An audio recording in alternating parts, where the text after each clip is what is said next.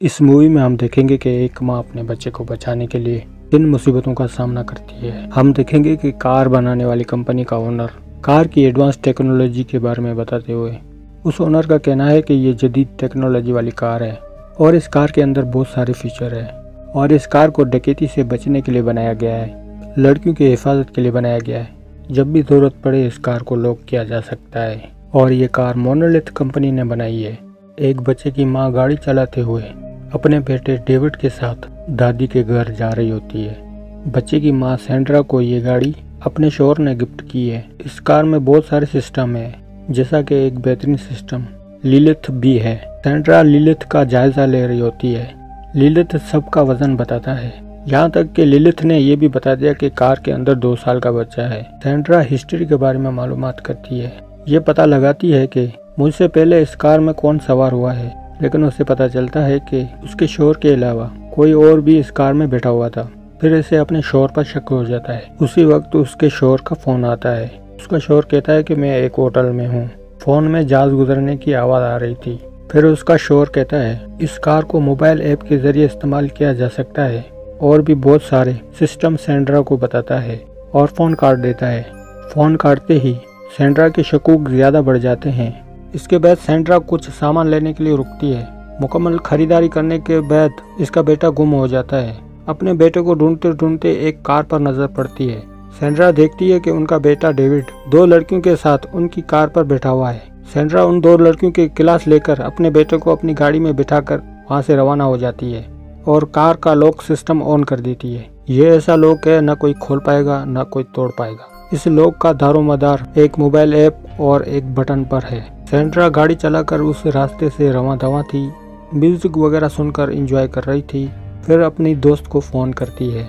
उसकी दोस्त भी किसी के साथ थी। फ़ोन के दौरान उसे पता चलता है कि उसके फ़ोन के अंदर जहाज गुजरने की आवाज़ आ रही थी। सैंड्रा और भी ज़्यादा शक में मुब्तला हो जाती है। फिर सैंड्रा अपनी दोस्त से पूछती है यही कि अब तुम किसके साथ हो। उसकी दोस्त कहती है कि मैं किसी के साथ भी हूँ, लेकिन मैं तुम्हारे शौहर के साथ नहीं हूँ। बस इतना ही बोलकर उसकी दोस्त फ़ोन काट देती है। फिर सैंड्रा अपने शौहर को कॉल करती है, लेकिन इसका शौहर फ़ोन नहीं उठाता। सैंड्रा के दिमाग में बहुत सारे विश्वास आ रहे होते हैं। सैंड्रा को लगता है कि मेरा शौहर मेरी दोस्त के साथ है। फिर इन विश्वासों के दौरान अपनी गाड़ी का स्टीयरिंग घुमा लेती है और अपने शौहर की तरफ स्पीड बढ़ाकर जा रही होती है। जहाँ इसे जाना है वहाँ की लोकेशन भी लगा लेती है और अपने शौहर को दोबारा फ़ोन करती है, लेकिन इसका शौहर फ़ोन नहीं उठाता। ये एडवांस टेक्नोलॉजी वाली कार इसे बताती है कि आगे ट्रैफिक जाम है। फिर सैंड्रा अपनी गाड़ी से शॉर्टकट रास्ता पता करती है। फिर मैप इसे कच्चे रास्ते से ले जाता है। इस वीरान रास्ते से चलते चलते रात हो जाती है। फिर इसे कुछ लाइट दिखाई देती है। सैंड्रा को लगता है यहाँ कोई मार्केट या किसी तरह का स्टेशन होगा, लेकिन वहाँ जाकर इसे पता चलता है कि न कोई मार्केट है न कोई स्टेशन। ये पुराना पावर हाउस था। फिर सैंड्रा वहाँ से रवां दवा हो जाती है। सैंड्रा बहुत थक जाती है और सिगरेट पीने लग जाती है। फिर इस गाड़ी का अलार्म बजता है। अलार्म से तंग आकर सैंड्रा अलार्म बंद कर देती है, लेकिन धुएं की वजह से इसके बच्चे को खांसी आती है और सैंड्रा सिगरेट फेंक देती है क्योंकि इसका बच्चा दमे का मरीज है। ध्यान कहीं और होने की वजह से गाड़ी का एक्सीडेंट हो जाता है, यानी हिरन गाड़ी से टकरा जाता है। सैंड्रा अपने बच्चे को चेक करती है, लेकिन उसका बेटा ठीक होता है। कार से नीचे उतरकर हिरन को देखती है, लेकिन हिरन कार के नीचे आकर मर चुका था और कार के नीचे बुरी तरह फंसा हुआ था। सैंड्रा कोशिश करती है हिरन को वहां से निकालने की। बस सैंड्रा ने यहीं पर एक गलती की। अपना मोबाइल अपने बच्चे को देकर बच्चा खेलते खेलते गाड़ी को लॉक कर देता है और बच्चे की अम्मी गाड़ी के बाहर ही होती है। सैंड्रा के दिमाग में जो परेशानियां थी, अब आने वाली परेशानी के सामने कुछ भी नहीं है। सुनसान जगह और अंधेरी रात, किसी को कुछ पता नहीं है कि माँ बेटे कहाँ हैं और ये दोनों बदकिस्मती से मुश्किल घड़ी में फंस चुके हैं। सैंड्रा गाड़ी के बाहर से लॉक खोलने का इशारा करती है। बच्चा इशारे को नहीं समझता और मोबाइल उसके हाथ से नीचे गिर जाता है। सैंड्रा कार का शीशा तोड़ने की कोशिश करती है और शीशे पर पत्थर भी मारती है। इतनी जदीद टेक्नोलॉजी वाली कार, बुलेट प्रूफ कार, कुछ फर्क नहीं पड़ता। सैंड्रा किसी की मदद लेने के लिए वो दोबारा पावर हाउस जाती है। वहाँ जाकर देखती है कि पावर हाउस में वीरानी छाई है, न कोई बंदा है न कोई बंदे की जात। पावर हाउस की दीवार कूदकर अंदर चली जाती है। वहाँ पर एक फ़ोन को चेक करती है, लेकिन वो फ़ोन बंद था। सैंड्रा वहाँ पे कुछ सामान और चीज़ें ढूंढती है और उसे एक टार्च, एक स्क्रू रेंच मिलता है। फिर वो कार के पास चली जाती है।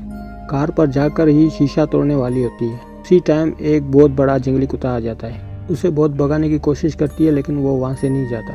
फिर सैंड्रा अपनी गाड़ी को मारती है और गाड़ी का अलार्म बजते ही कुत्ता वहाँ से भाग जाता है। काफ़ी कोशिशों के बाद वो गाड़ी के बोनट के ऊपर आकर लेट जाती है। वो सोचती है किसी की मदद आए या ना आए, मुझे खुद ही कुछ करना होगा। फिर उसे याद आता है कि वो यहाँ से गुजर रही थी। उस टाइम इसने एयरपोर्ट का साइन बोर्ड देखा था। सुबह जब दिन का उजाला होता है तो सेंड्रा को बहुत गर्मी लगती है। सेंड्रा अपने बच्चे को कार में छोड़कर एयरपोर्ट का रुख करती है। कई दूरी पैदल चलने के बाद उसे शदीद प्यास लगती है। खुशकिस्मती से थोड़ा ही आगे चलने के बाद एक नदी नजर आती है। नदी को देख के बहुत खुश हो जाती है। जब नदी का पानी पीने लगती है तो पानी बिल्कुल खराब था, पीने के लायक ही नहीं था। फिर वो एयरपोर्ट के लिए जा रही होती है। आखिरकार चलते चलते एयरपोर्ट आ जाता है। वो बहुत पुराना एयरपोर्ट था, वहाँ पे कुछ भी नहीं था सवाए एक प्लेन के। सेंड्रा उस प्लेन में जाकर कुछ ज़रूरत का सामान ढूंढती है, लेकिन उसे एक पानी की खाली बोतल के अलावा कुछ भी नहीं मिलता। प्लेन के अंदर 2 टायर पड़े हुए थे, उसको बाहर निकाल कर आग लगा लेती है। वो सोचती है कि आग लगने से धुआं उठेगा, धुआं देखकर कोई मदद के लिए आ जाए। फिर वो गाड़ी की तरफ जा रही होती है कि रास्ते में वही नदी उसको नजर आती है। फिर वहाँ से पानी की बोतल भर लेती है। फिर वो अपनी गाड़ी के पास आ जाती है। फिर वो अपने बच्चे को देखती है, लेकिन बच्चे की हालत बहुत ख़राब थी।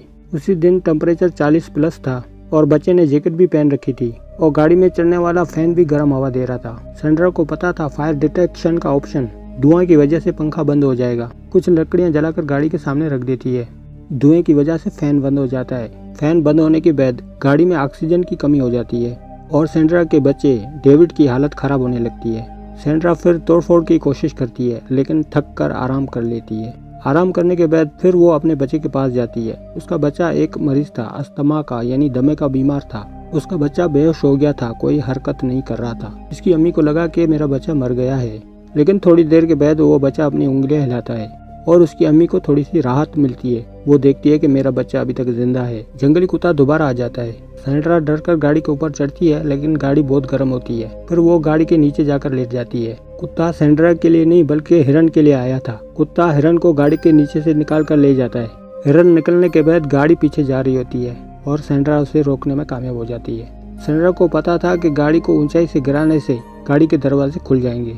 फिर वो ऐसा ही करती है, गाड़ी को ऊंचाई से गिरा देती है और कार बिल्कुल लेवल हो जाती है और धड़ुम करके कार अपने टायरों के बल खड़ी हो जाती है। गाड़ी के दरवाजे खुल जाते हैं और सेंड्रा अपने बच्चे को बाहर निकालती है। फिर गाड़ी अपने आप ऑन हो जाती है। सेंड्रा अपने बच्चे को गाड़ी में बिठाती है।